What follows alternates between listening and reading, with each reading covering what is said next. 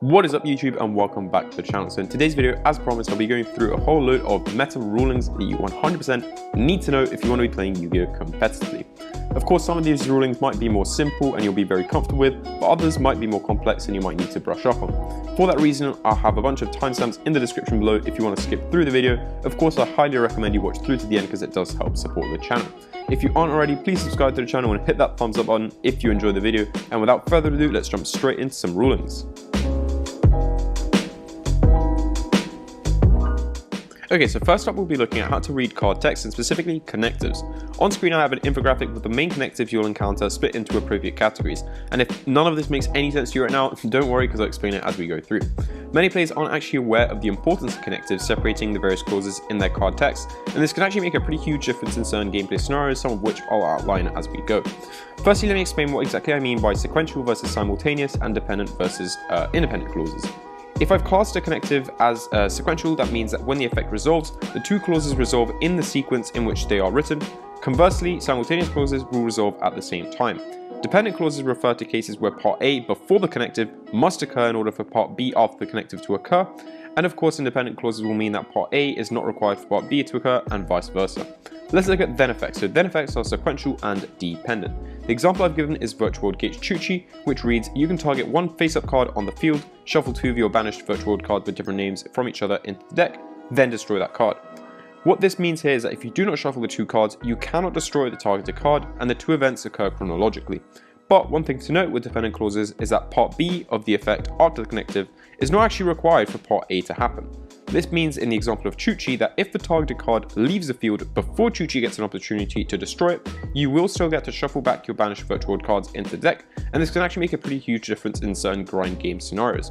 The event I've just outlined is something that a lot of players will refer to as resolving as much as possible, which I'm sure is a term you'll probably have heard tossed around without really knowing what it means, so hopefully now the next time you hear it, you'll know exactly what is meant by it. Moving on to also after that effects, which are sequential but independent.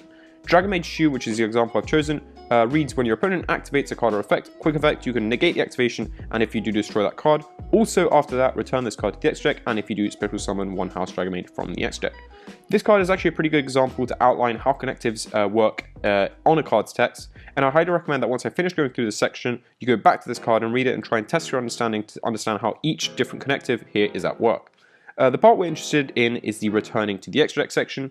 Given the category of the also after that connective, we know that the destruction section occurs before returning to the extra deck, and that even if we are not able to destroy the card negated, she will still return itself to the extra deck because the clauses are independent. Next up, let's look at and if you do effects, which are extremely common in, guess what, Virtual World. So the example I've chosen is Virtual World Maihime Lulu, and as I'm sure you'll know, it reads, if this card is in your hand, you can target one Virtual World card you control, send one Virtual World card of a different type, monster, spell, trap, from your deck to the graveyard, and if you do, special summon this card, and then you can add one Virtual World card of the third type from your deck to your hand, except Virtual World Maihime Lulu. So the connective here is classed as simultaneous and independent. This means that if the card we select from our deck does not successfully make its way to the graveyard, suppose you're under Macrocosmos or D-Shifter, you cannot summon Lulu and of course do the rest of the effect. The simultaneous aspect here means that in the case where you can successfully send a card to the graveyard, that event and Lulu summoning itself actually occur at the same time, which might feel a bit weird given the Macrocosmos example I just outlined. This simultaneous nature was actually particularly important when Virtual World was released and we were kind of figuring out the rulings, because it meant that if you sent Virtual World Hime Nyan in order to summon any other level 3 Virtual World, you weren't actually allowed to trigger Nyan's graveyard effect, seeing as its sending to the graveyard was considered to happen at the same instant in which the other level 3 was summoned. So next up, let's look at and effects, which are actually pretty rare in the modern card game, because they have one fatal flaw which was kind of removed from the game after the first wave of PSCT. The flaw I'm referring to is that both clauses split by the connective rely on each other to occur. What I mean by this is that unlike then effects, if we cannot do part B of the effect after the connective, we're not even allowed to do part A. The two clauses also resolve simultaneously, which is another thing to note. The only example I could really find of a modern card with AND clause was Forbidden Droplet, but unfortunately here the reverse dependency which I've just outlined doesn't really apply much to Droplet. However, let me just explain how the forward dependency, which is very similar to then effects, does indeed apply to Droplet. So Forbidden Droplet reads, send any number of cards from your hand and or field to the graveyard, choose that many effect monsters your opponent controls, and until the end of this turn their attack is halved, Also, their effects are negated. The and here means that if for some reason you cannot choose a number of monsters equal to the number of cards you sent for cost, you cannot halve their attacks, and subsequently you cannot negate their effects. This ruling actually comes up quite often, specifically in scenarios where the opponent has a way to remove the monsters chosen from their field, and this is a big reason why sometimes it can be risky to use droplets and attempt to choose all of the monsters on your opponent's board, because even if one of them leaves the field, you won't be able to choose any of them, and you won't be able to negate any of them, so your droplets is completely wasted. The last connective word we're going to have a look at is also. Also effects are very common, and the example I've chosen is Chaos Ruler, the Chaotic Magical Dragon, which reads, if this card is synchro summoned, you can excavate the top 5 cards of your deck, and if you do, you can add 1 excavated light or dark monster to your hand. Also, send the remaining cards to the graveyard. So the clauses here resolve simultaneously and are independent, meaning that neither of them is required for the other to occur. The other thing to note is that because of this, if you're currently under something like Draw, and Draw versus the Dragon Link matchup, as I'm sure you'll know, is fairly common, you can still use Ruler's effect to excavate, but you simply won't be allowed to add a card. But even though you aren't allowed to add a card, the excavated cards will all still be sent to the graveyard, and sometimes that can net you advantage anyway. So that's it for connectives and clauses. Hopefully that makes sense, because the next part we're going to be looking at rulings wise is cost versus effect, which is a topic which is quite linked to what I've just discussed. Alright, so moving on to cost, effect and punctuation, which is another topic often misunderstood by players, and that's mainly because nobody really explains it to you when you start playing the game. So the first thing we need to understand is how to correctly interpret the punctuation on our cards, and more importantly, what that punctuation signals to us as players about the text coming before and after it. Throughout this section I'll be using a colour scheme, as you can see on screen, to help you guys as I go through. Green text will represent activation requirement, red text will represent cost, and yellow text will represent effect. Let's start with activation requirement. So this text is always found before a colon and will state the time or place where a card can be used. Immediately after the colon, we find the cost. The cost for a card is something that must be done before the effect resolves and must be paid regardless of whether the activation or effect of the card is successful. If the cost cannot be met correctly, the card cannot legally be activated, and this is something I'll mention a little bit more on shortly. Together with the cost, you might also find other actions or text such as declaring targets or other sorts of things. All of these events will occur simultaneously with the cost being paid. And after this text, which is sandwiched between a colon and a semicolon at the end, we of course find the effect of the card, which outlines what the card does and might be further split up by the connectors we discussed previously. Not all cards will have an activation requirement, and some might not even have a cost, and this can sometimes lead to confusion. The key thing to remember is that the order of the card text will always be the same: activation requirement, colon, cost, semicolon, and effect. And of course there always must be an effect. So if there isn't an activation requirement, you will not find a colon, and the first thing you will read will be the cost, followed by a semicolon and then the effect. Likewise, if there isn't a cost, immediately after the colon, you will find the effect. If there is neither a cost nor an activation requirement, you will simply read the effect of the card right from the start with no colons or semicolons at all. Let's look at some examples to help clear things up. Firstly, we have effect Veiler. Now, if you look closely, you'll notice that after the initial clause on Veiler's text, there is indeed a colon, confirming that this text is an activation requirement, or in the case of Veiler, more a condition. Here the condition is that Veiler can only be used during the opponent's main phase. After the colon, we find the cost to send Veiler to the graveyard, just like most other hand traps, and after a comma, we find the text mentioning the target declaration. After this, we find a semicolon, which separates the cost from Veiler's effect to negate the targeted monster. The second example we'll have a look at is another very meta-relevant card, which hopefully players have stopped attempting to Ash Blossom, and of course that is Cherubini. So Cherubini is such a phenomenal card, not only because it gives you access to ending level 3 from your deck, it also sends it to the graveyard as cost, meaning that even if the effect is negated, the monster will still be sent to the graveyard.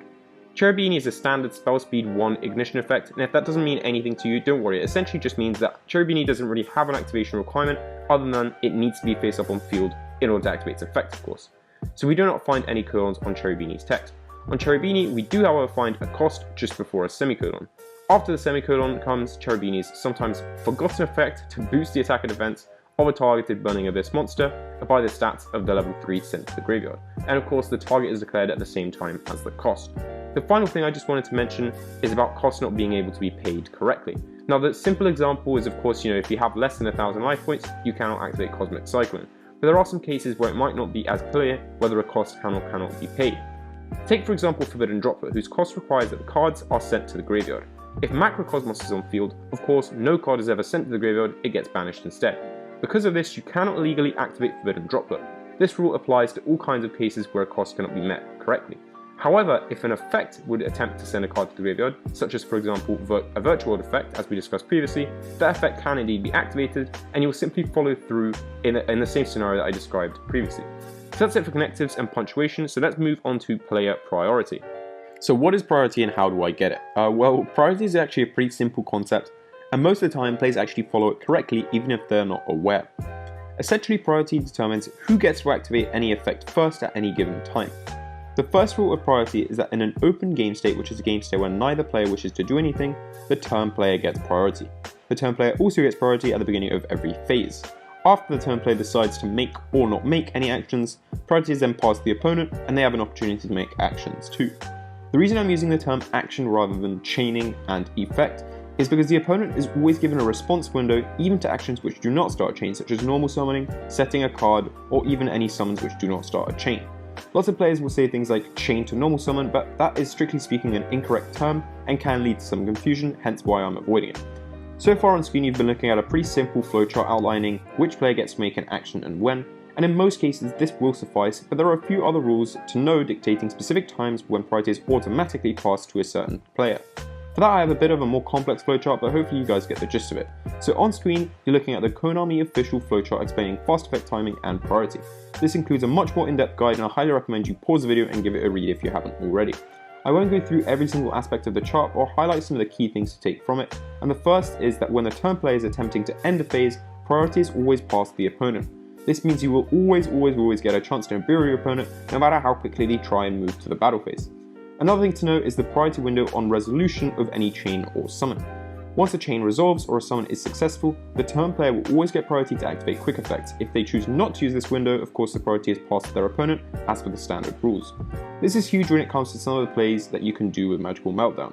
If for example you summon Destroy a Phoenix Enforcer while Meltdown is up, in the same chain in which Enforcer is summoned, of course your opponent cannot activate any cards for effect. If you then choose to use your priority on the summon of Enforcer, you can use its effect, and your opponent will not be allowed to respond to it as you are still within the chain of its fusion summon. A common misunderstanding with priority has to do with chain blocking, and now this is an unofficial term which essentially refers to when a player has multiple spell speed 1 effects which have all met their trigger at the same instant in time. In this case that player can choose in which order to trigger these effects, and following the standard SEGOC or simultaneous effects go on chain rules, the chain is constructed from there. So why do people refer to this as chain blocking? Well, most negate-like effects in the game, if not all of them, are when triggers, meaning the thing you want to negate has to be the last thing to happen in the chain. This means that if a player is chain blocking, the effect which has been allocated as chain link 1 cannot be responded to with when triggers, which must respond directly to their trigger. Now what's so confusing about all this? Well, a really important thing to note about the rules of simultaneous effects go on chain is that quick effect triggers cannot be used to chain block. If you have multiple quick effects which have all met their triggers at the same time, after you activate the first one, priority is passed to your opponent, giving them a chance to respond, and the chain is constructed from here. A common example is found in the current format with the Dagda Scythe block, which a lot of Phantom Knight builds are running. So if my opponent activates the Phantom Knights of Rasti Bodish, and the only other effect which has met its trigger in that instant is an artifact Dagda, which is indeed a quick effect, I will be first given an opportunity to respond to the Bodish. After my response, if any, if the last thing to happen in the chain was an effect being activated on the field, then Dagda, which is a when effect, and a quick effect, can be activated. So basically what you want to know is that if your opponent starts claiming that they can chain block their Rasti Bodish with a Dagda effect, make sure you tell them that you can't and that you do indeed have a response window.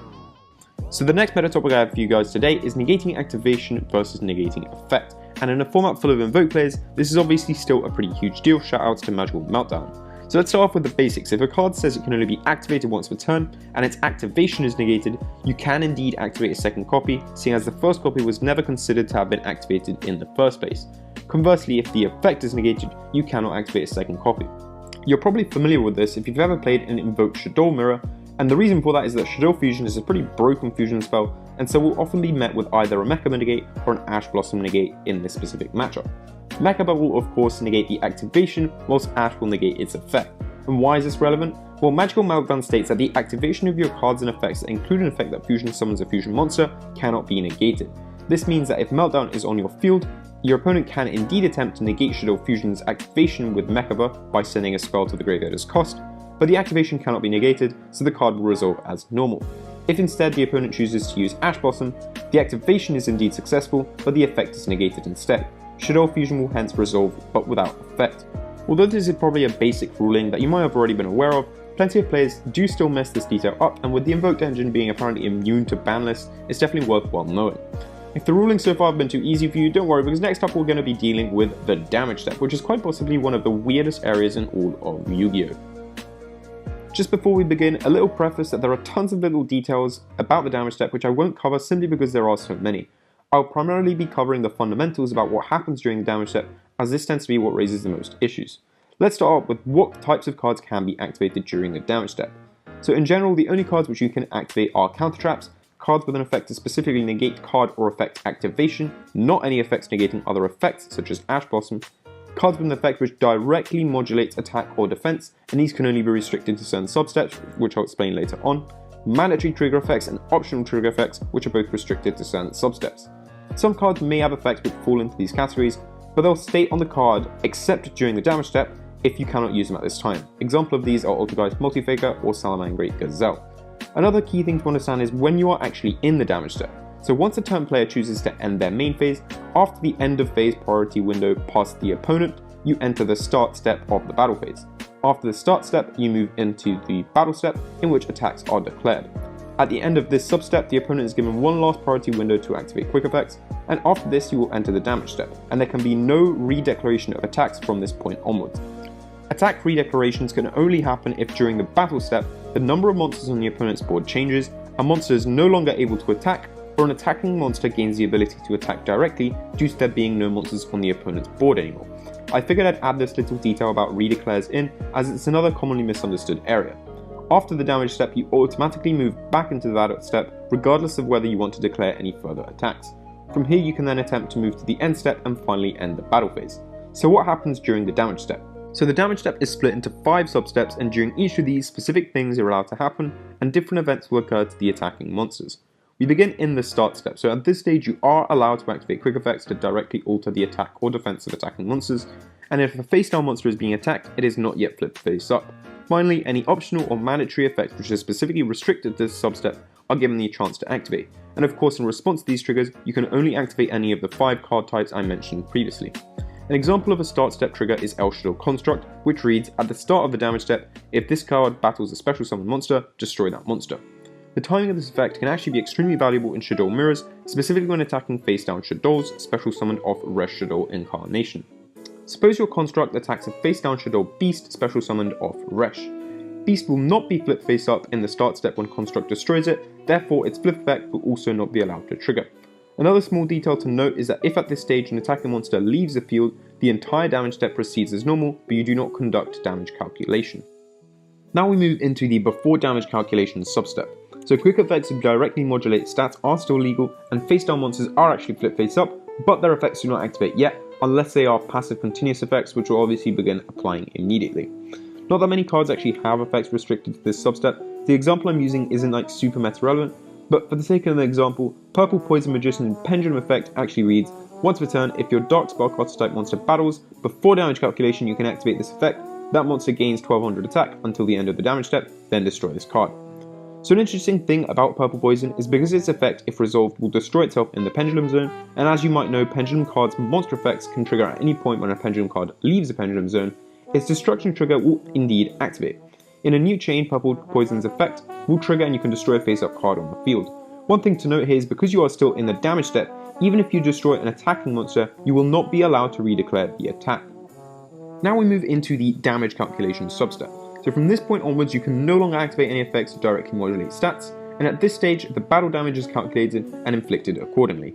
But if a monster is marked as being destroyed in that battle, it is not actually yet sent to the graveyard.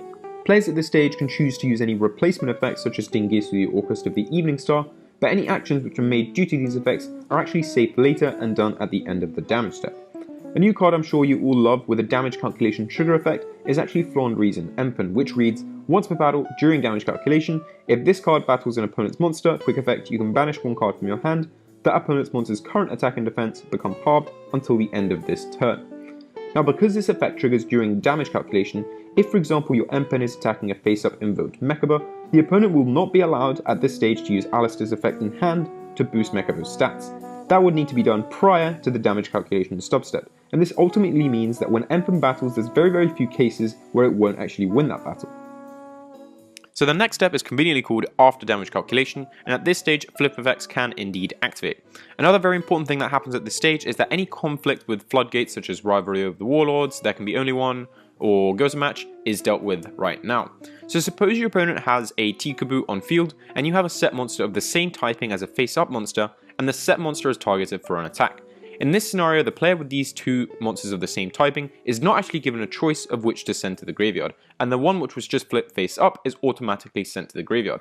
Seeing as it is sent after damage calculation, if that set monster had a flip effect, the flip effect will not be allowed to activate as the card will be sent to the graveyard and the location of that monster will have changed, something I'll be discussing a little bit more later on. In this sub-step, monsters determined as destroyed by battle are still not actually sent to the graveyard, so in this scenario, if there's any triggers from destruction, they will not actually be met, seeing as the monster will be sent to the graveyard by the game to correct the game state because of the floodgate on field. A popular card triggering in this sub-step is Sky Striker Ace Hayate, which reads, after damage calculation, if this card battled, you can send one Sky Striker card from your deck to the graveyard, and of course we know that at no point during the damage step can cards which only negate effect be activated, and this is why you cannot use Ash Blossom in response to Hayate. So now we are indeed at the end of the damage step, and any monsters which were marked as destroyed by battle are actually destroyed and sent to the graveyard, unless a replacement effect was used during damage calculation, in which case any appropriate actions to follow through with that effect are made right now. At this stage, destruction or sent to the graveyard trigger effects can indeed activate, and once the end step is over and priority has been passed to the opponent to give them a last chance to activate anything, you return to the battle step where the turn player has priority on which effects to use, if any, and whether to declare another attack. Now's a good time to address Armades-esque effects, which are actually quite common even in modern decks.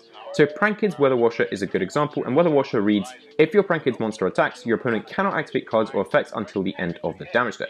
As I just said, effects which trigger when a monster is destroyed or sent to the graveyard would indeed trigger at the end of the damage step. So what happens if a Weather Washer with boosted attack battles against a Phoenix Enforcer? So the thing to note with lingering effects lasting until the end of the damage step is that they actually stop applying all the way until the damage step is over and you are back in the battle step, which is an open game state. This means that in the end step, when Enforcer is destroyed and sent to the graveyard, Washer's effect will still indeed be applying, and so Enforcer will not be allowed to trigger. So that's all I'm going to be discussing for today as far as the damage step is concerned. Hopefully you learned something new which you can use to outplay your opponents, and without further ado, let's move into the next meta ruling. Next up, we're discussing a topic which is actually pretty common in the current metagame due to there being quite a few decks using tower monsters, and that's a term, if you're not familiar with it, referring to any monsters which are unaffected by all other card effects. These include things like Geomathemic Final Sigma, the Arrival Cyberse, and now Crooked Cook. Essentially, the topic I'll be explaining is about cards which affect the player versus cards which affect another card. A question sometimes asked is, can Final Sigma or Arrival Cyberse declare an attack under Mystic Mine? So let's actually read Mystic Mine firstly. It says, if your opponent controls more monsters than you do, your opponent cannot activate monster effects or declare an attack. You will notice that on Mine's text there is never actually any mention of the monsters a player controls, but instead it just states that the player in possession of said monsters cannot declare attacks or activate their effects. Attack declaration is action made by the player and not by the monster, therefore even if these towers monsters are unaffected by these card effects, the player who controls them cannot declare an attack, and hence those monsters cannot attack. The same concept applies to cards like Evenly Matched, which instead reads, at the end of the battle phase, if your opponent controls more cards than you do, you can make your opponents banish cards from their field face down so they control the same number of cards as you do. Again, you will notice no mention of the cards on the field themselves, but instead the clause states that the opponent player must banish cards face down. Because of this, if for example you control 2 Final Sigma and your opponent only has 1 Evenly Matched on their field, you will still be forced to banish one of them face down. Whilst we're at it, I also figured I'd remind you that tokens cannot be banished face down, meaning that if for example you control a Nibiru token and your opponent uses Evenly Matched whilst controlling only one card, you will actually be forced to banish every other card you control face down because that token itself cannot be banished face down. So what about fusing with a Towers monster? Can your opponent use Super Polymerization to get rid of your Arrival Cyberse? The answer here is no, as fusion spells are actually considered to be affecting the fusion materials, and in the case of Arrival Cyberse, it cannot be affected by cards and hence cannot be fused with. So that's it for this section of the video, and next up we're going to be looking at another very common meta ruling question, which is missing the timing. So what is timing and why did I miss it? Well, firstly, let me just establish one general rule, which is if effects will never miss their timing.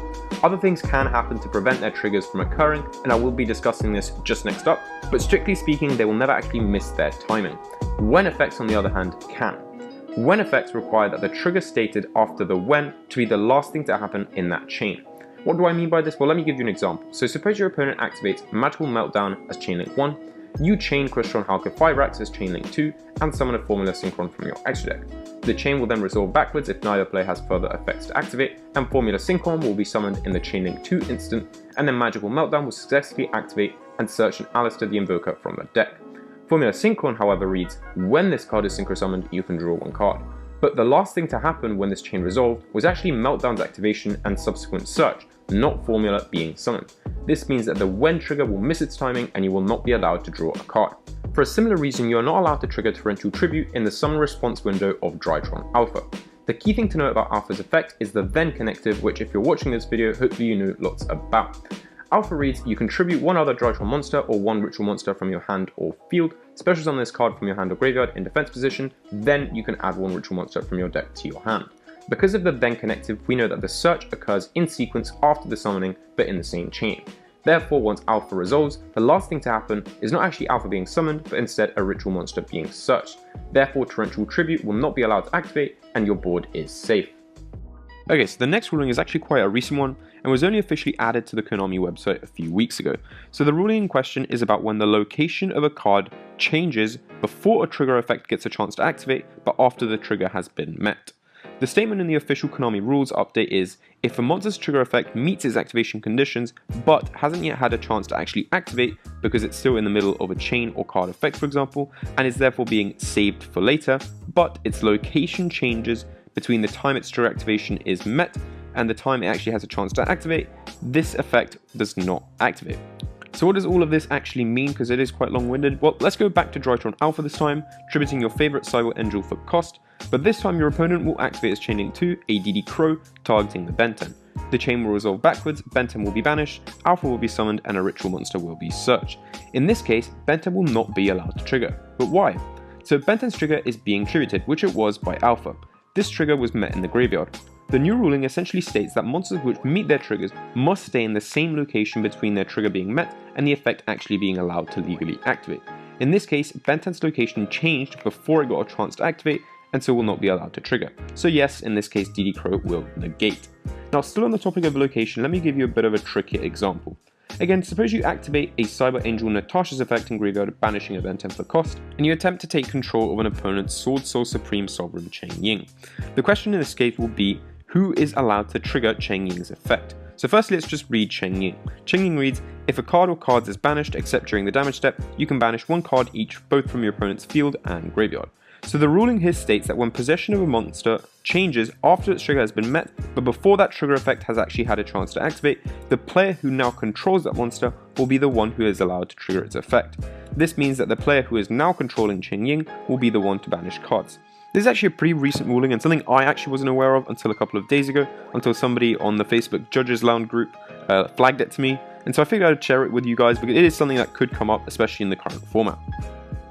So the next ruling is actually quite simple, but definitely one you need to know when you're going into the current format. So recently, with how prevalent both Phantom Knights and Sword Soul are in the meta, there has been some confusion about cards with a clause on them such as target certain cards and destroy them, or target certain cards and shuffle them back into the deck. The cards in question include the Phantom Knights of Breaksword, Sword Soul Blackout, Yazi, and even Baxia the Brightness of the Yang Xing. Blackout, Yazi, and Breaksword will attempt to target cards and destroy them, whilst Baxia will shuffle them back into the deck. The question people are asking is, suppose one of these targets leaves the field before it can be destroyed. Does the other target still get destroyed or shuffled back into the deck? So if your opponent activates Phantom Knights of Breaksword, targeting itself and a Pankratops on the opponent's field, as chaining to the opponent will trigger Pankratops, contributing itself for cost and targeting some other card on the field, will the Breaksword still destroy itself in this scenario? So the answer to this question is actually yes, Breaksword will destroy itself even though the other target has left the field and Breaksword is not able to destroy it. Why? Because the effect will actually attempt to resolve as much as possible. So that's the answer to this question. Hopefully it does come up in your games because I've had it come up. And that's it for this ruling. Let's move on to the next one. So the last topic for today is another very meta-relevant one, especially now with cards like Forbidden Droplet and Forbidden Chalice being extremely popular main and side deck options. So the question is, what happens when either of these cards is used against a monster whose effect is altering his own stats? So firstly, let's cover a basic rule. If a monster's effect is directly altering its own stats and can only alter its own stats, if that effect is negated, its stats will return to their original values. Conversely, if you negate the effect of a monster which could alter the stats of multiple monsters on your field, even if it isn't currently, the stats of those various monsters do not change.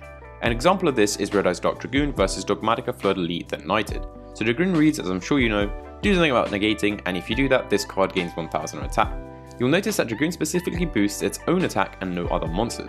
Fleur-de-Lis can negate the effects of a face-up monster on field when summoned, and in this case, seeing as Dragoon can only boost its own attack, if its face-up effect is negated, it will lose any attack boost it previously had, dropping back to its original 3000, and in the end phase of that turn it will stay at 3000, because it will essentially forget how many times it had negated and how much attack boost it had gained. However, if a Fleur-de-Lis was used against an opponent's Fleur-de-Lis, whose attack had been boosted by its own effect, it will not lose any boost even if the Fleur-de-Lis is the only Dogmatica monster the opponent controls. But why is this? So Fleur-de-Lis reads, when your Dogmatica monster declares an attack, you can make all Dogmatica monsters you currently control gain 500 attack. There is no mention of this card in particular on its text, but instead the boost applies to all the Dogmatica monsters the opponent controls in the instant in which the effect is triggered. Therefore, even if the only Dogmatica on their field is Fleur-de-Lis, if that face-up effect is negated, it will retain the attack boost as per the rules I explained before. With that out of the way, we can move back to the original question. What happens if I use Puddin' Droplet against, say, my opponent's Appaloosa Bow of the Goddess? So Appaloosa's effect reads, the original attack of this card becomes 800 times the number of link materials used for its link summon. We can tell here that the card will only check for the number of link materials used for its summon in the instant of being summoned and never again. Let's also remind ourselves of Droplet's effect. Send any number of other cards from your hand and or field to the graveyard, choose that many effect monsters your opponent controls, and until the end of this turn their attack is halved, also their effects are negated. We know now that the attack being halved and negating occur simultaneously due to the also clause, but things get a little bit weird in this case. So the ruling for this scenario states that first Appaloosa's attack is going to be halved and then will be frozen at that value. Now comes the weirder bit. In the end phase of the turn in which Droplets was used, Appaloosa's attack will actually go to 0. So as we said, Appaloosa only checks how many link materials were used for its summon in the instant of being summoned. By negating its face-up effect, you essentially cause Appaloosa to forget how many link materials were used for its summon, and so in the end phase, even when Droplet stops applying, Appaloosa's attack will drop to 0. But what if I use Foden Chalice? So Chalice reads, target one face-up monster on the field until the end of this turn, that target gains 400 attack, but its effects are negated. So unlike Droplet, Chalice is a bit of an older card, so its text isn't exactly as clear, but essentially the way it works in this case, at first it will negate the face-up effect of the monster targeted, then the 400 attack boost will occur. So in the case of Appaloosa, first Appaloosa's attack will drop to 0, then it will gain 400 attack, leaving it at 400. And in the end phase, just like with Droplet, seeing as Appaloosa will essentially forget how many link materials were used, Appaloosa's attack will drop to 0. Okay, but what if I use Droplet against, say, my opponent's Grand Mardu? Here things are actually a little bit simpler because Mardu's effect reads, this card's attack and defense are each equal to the number of your banished cards times 400. Unlike Appaloosa, this effect is actually continuously updating and always checking for the number of cards in your banished pile in order to correct Mardu's stats accordingly. So if Droplet is used against Mardu, the same thing will happen to its attack as with Appaloosa. It will be frozen at half the current value, but of course Mardu actually has a defense stat and that will go to 0, seeing as Droplet does not modulate defense and Mardu's face-up effect is of course being negated. And in the end phase, this is where things are a bit different. Mardu's stats will actually return to the normal value or the value you would expect given the number of cards in your banished pile. Because in the instant in which Droplet stops applying, Mardu's effect can return to continuously checking for the number of cards in the banish, and so Mardu's stats return to normal. Applying a similar reasoning to Mardu but with Chalice, we would expect its attack to first drop to 0 and then be boosted by 400, whilst its defense should be 0 throughout because Chalice also does not modulate defense, and this is exactly what happens. Of course, the same as with Droplet, in the end phase, Mardu's stats will return to normal.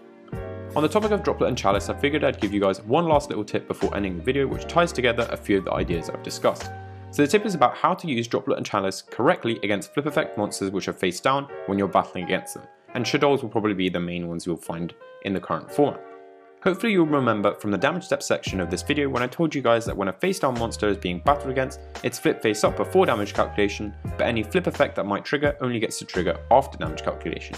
I also told you that any quick effects which would directly modulate the stats of battling monsters can only be used at the start of the damage step or before damage calculation. What this means is that if you wait and hold your Droplet or your Chalice until the flip effect monster's effect actually triggers, it'll be too late to use either of those cards, seeing as they do not negate card or effect activation and hence cannot be used in that substep. However, if you choose correctly and use one of those cards before damage calculation, when the face down monster is flipped face up, unless that card or effect activation is negated, you will successfully be able to modulate their stats and negate the face-up effect of that monster, meaning that after damage calculation when the flip effect would actually trigger, it would resolve without effect.